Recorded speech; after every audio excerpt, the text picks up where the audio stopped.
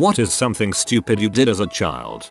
When I was little, around 4, I was fascinated with my reflection. I would spend ages looking at myself in any shiny or reflective surface and sometimes press my nose or mouth against it. Stupid crap that kids do. One day I was doing so with a big stainless steel pot. I pressed my lips against it to discover that mom was boiling some potatoes. That was not pleasant. Too many things. Putting a magnet on our new TV was one. I did this when I was 4 or 5. It's easily fixable with a stronger magnet or a handheld degausser though. Okay, so when I was 5 or 6, I knew that I shouldn't drink out of a sick person's cup or I'll get sick too. So whenever my mom or dad got sick and they asked me to fetch them a glass of water, I'd secretly lick the whole top of the cup so they'd get better when they drink it because my healthy saliva is supposed to heal any sickness. That's sweet gross. I was seeing how high up in the air I could throw a brick I found on the road. Brick landed on my back and seriously winded me. I just lay on the floor gasping for air and helpless. I imagine being an onlooker just watching a kid throw a brick and get hit by it. Of course I'd be worried, not a monster, but after I found out you were okay I'd still laugh. My friend and I used to pretend we were dogs, kneel on the ground and slurp water out of puddles. I tried eating sticks and grass. One day when I was 6 I was in the garden playing on the swing. My friend and I had got into an argument about whether I was a cat or a human. So I promptly stood up on the swing and jumped off head first, with every faith that I would somehow land gracefully on all fours like a cat. Instead I broke my arm, and that was the day I learned that I am not a cat.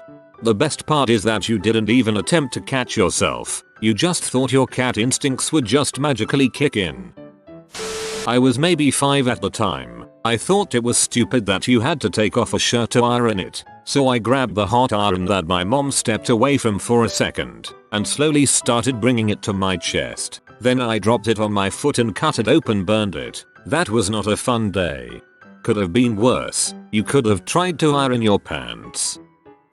I had this weird idea that if I could force myself not to pay attention to my breathing I could trick myself into not having to breathe. I had this weird idea that if I didn't think about breathing, I'd forget about it and die. You could always find me breathing very heavily. We all learn by doing some pretty stupid stuff, like test which is wider, my finger or a staple. By stapling my finger was wider. Yep, aperture science needs you. When I was about 6 my mum left me in the bath alone for about 5 minutes while she went and got a towel. I spotted my mum's razor on the counter. I'd seen my mum shaving her legs and my dad shaving his face, so I just assumed both genders shaved everywhere. I dragged the razor all over my body and face. At the time I didn't feel anything. All I remember is my mum screaming when she came back in the room and I was covered in blood. I thought she was screaming because she couldn't believe how grown up I was, so I just creepily smiled up at her.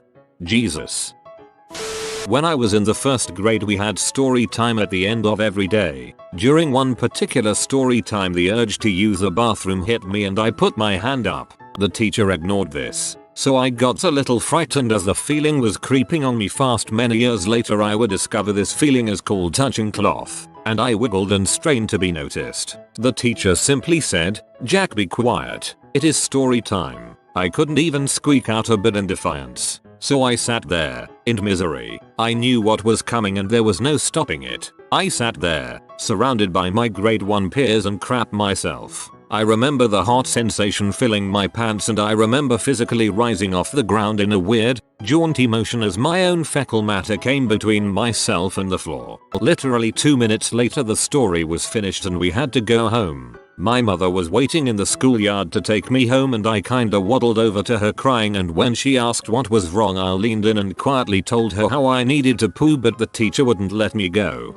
My mother grabbed my hand and said right then. She stormed off towards my classroom and with her grasping my hand tightly I had no choice but to follow, all the while crap was leaking out of my underwear and down my pant legs. We got to my classroom and my mother let my teacher have it. I had never heard her say words like that ever. It would have been great if I didn't have crap in my shoes. Fun times were had by all. I visited my grandparents in Poland every summer as a kid, and when I was about 6 or 7, my dad couldn't go with me, so I went with a good friend of his. So we get there, to the airport, get through security, and I start looking for my grandparents, and then I saw my grandma, so I ran to her as fast as my little legs could carry me, and hugged her as hard as I could. I was so excited. She was my favorite back then. It was around this time that I heard my grandma and grandpa calling to me from a few feet away. I looked up, still hugging, and saw a very confused and surprised old lady. It was not my grandmother. In my defense, they both had glasses. Was trying to be cool and rolled up dried grass into a piece of printer paper and tried to smoke it. That didn't turn out well. 7th grade was a fun time. I peed in the grass in my backyard as a child because I thought my dog would understand me through my urine. I kicked my cousin in the knee so hard that I broke 12 bones in my foot. 2 of them were compound fractures. That's one sturdy cousin you have there. My friend ate Tide powder detergent, then crawled inside the dryer and had her brother turn it on. Dumb frick didn't even know that you don't put detergent in the dryer. I went crying to mum and dad because I had forgotten how to breathe, which I said whilst breathing. I told my parents that I'd never been to sleep because I didn't remember being asleep. I was probably about 5. I threw a rock at a car. The car stopped. My mother stepped out and grounded me. That's for getting me mega blocks and not Legos, mom. I climbed inside the white plastic stand-up hamper and jammed my fingers into all of the tiny holes. Cue hysterical 4-year-old crying. I'm stuck. I'm stuck. My older sisters, being the angels they are, broke the news that I'd probably be stuck forever. They then proceeded to divvy up all of my toys between them in front of me. 20 minutes later, they cut the hamper around my fingers. When I was 10, I duct taped all over my dong because I was tired of having to go pee. Eventually I had to go pee and it was like when you put your finger over a hose, and I got pee all over the bathroom. I started crying because I couldn't get the tape off and my mom had to cut it off with scissors, the whole time with me crying because I thought she was going to cut my dong off. I have never lived this down. I attempted, twice, to sharpen the nail on my pinky finger with a pencil sharpener. Was sick as a 4-year-old, but was already a brilliant diagnostician. We were on vacation in California and I came out of the bathroom to announce to my mother, "Mommy, I didn't feel well, so I ate all the Tylenol family size bottle." Mom immediately called poison control and started making me puke it up. I think they made an episode of House about it. Jumped down a flight of stairs onto a pillow I'd placed at the bottom. Walked away no problem. But when I reflect on my childhood, it's just one of many apparent miracles I experienced.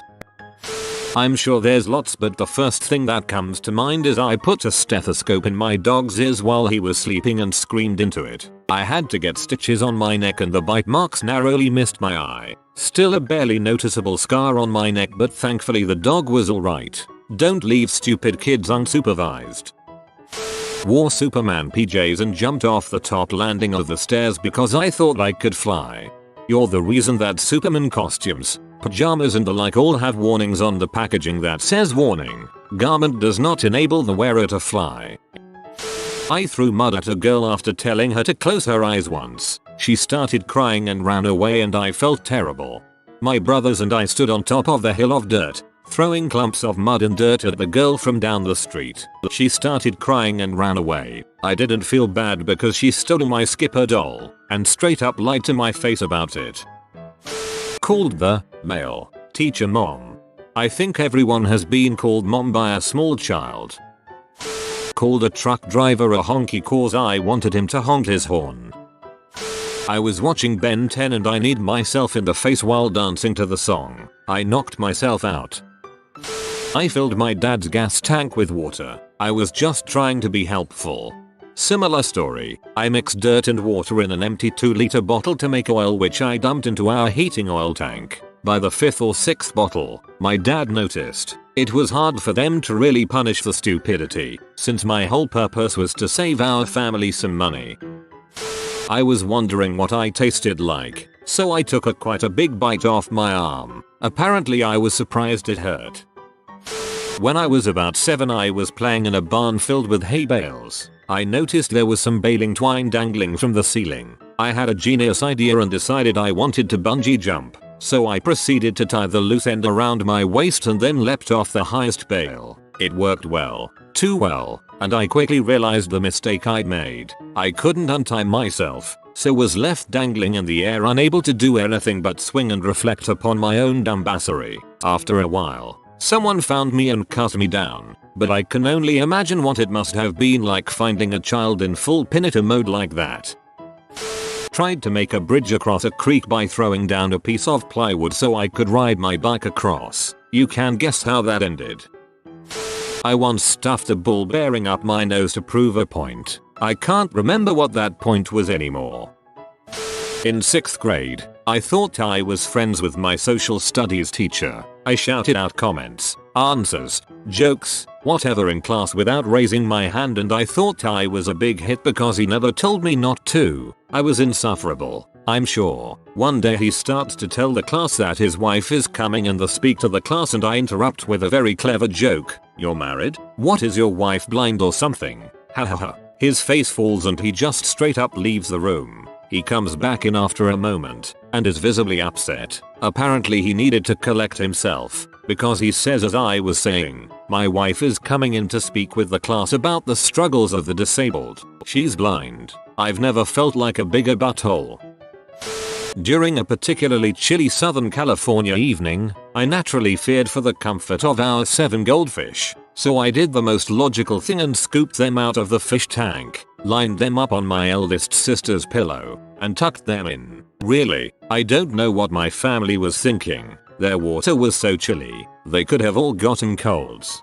I can only imagine what your sister's reaction was when there were fish neatly laid out in her bed. I flushed my toy dinosaurs down the toilet hoping they would go to the land before time. They were on a journey to big water. One time I got stuck in a bush in our yard playing by myself. I was unable to get out, flat on my back in the very top of the bush, and resigned myself to fate. I began to contemplate how the rest of my life would playing out with me living in the bush. How would I get dressed for school in the morning? Oh crap, it's a gym day. Where are my gym clothes? The stupidity lies in that I thought I would live in the bush forever, and also in that I was making bush life plans that involved me needing to be out of the bush, or ones that would lead to people finding me and obviously rescuing me from the bush. In retelling this story, I think I coined the phrase "this is my life now" because that was my thinking as an 8-year-old. They'll call me Bush Boy. When I was 5 I tied a rope around my waist and climbed 20 feet up a tree. When my mom saw me she freaked out. I told her it's okay mommy. I tied the other end to the tree so I'll be safe. I tied it to the bottom of the tree. Asked my geography teacher if her sex life was great. I was 11-year-old at that time. One of the worst days of my life. This one is long, but totally worth it. I was about 7 at the time. I went to visit my pop in hospital. He had a fall. While I was there I noticed a guy in a wheelchair that was getting so much attention from the nurses. I wanted to be that wanted like he was. So I came up with a genius plan that I would get injured and get the attention I craved. So my mum was reversing out of the driveway. I just laid down with my legs in front of the car. It felt like a crap idea but I just closed my eyes. Next thing I know I heard tires screech. Then my mum let out this psychotic scream, picked me up and beat the absolute frick out of me. Totally deserved it. I think this is the dumbest one I've read so far. Glad your mom had the sense to look behind her when she was backing up, or you could have been crippled for life. I let my guinea pig run around the living room because I thought it was cruel. She was in her little hutch, and she left guinea pellets all over the brown carpet. At least the carpet was brown. As a kid I loved fruit roll-ups. My favorite part was how chewy they were. I didn't realize until I was almost 20 that I hadn't removed the thin plastic film. I had been eating everything including the plastic, and that's why it was so chewy. I am not a smart man. And I'll bet you secretly prefer them with the plastic on now. My time to shine. I stuck a car key into the electrical socket because I wanted to drive my house. Also, it looked like a good fit. I got shocked and cried. I liked a girl in school, but like most boys, I always thought the best way to portray this would be through mocking her and making her feel like crap. One day, I convinced the entire class she was a boy. She was obviously upset and came up to me at the end of the day and begged me to tell everyone it was a lie and that I was only saying it as a joke. Instead, I went back to school the next day and told everyone that after class. She showed me her willy and it was really small. I never did end up with that girl. Oh my god, some guy did the same crap to me. He really liked me and to show that he decided to tell everyone that I have a micro dong. I have nothing of the sort. It was really annoying and not the way to get the girls. The catch here was that he was some retarded colleague I worked with. He was 29. At least you grew up. Put red Kool-Aid into the toilet and tell my mommy that I was on my period too. I'm a male. You have been visited by the romantic doggo. Comment love is magic so you never fall in the friend zone. If you are new to the channel, you can subscribe. I publish new videos every day. Until then, check another video, or don't. Either way, have a great day you magnificent people.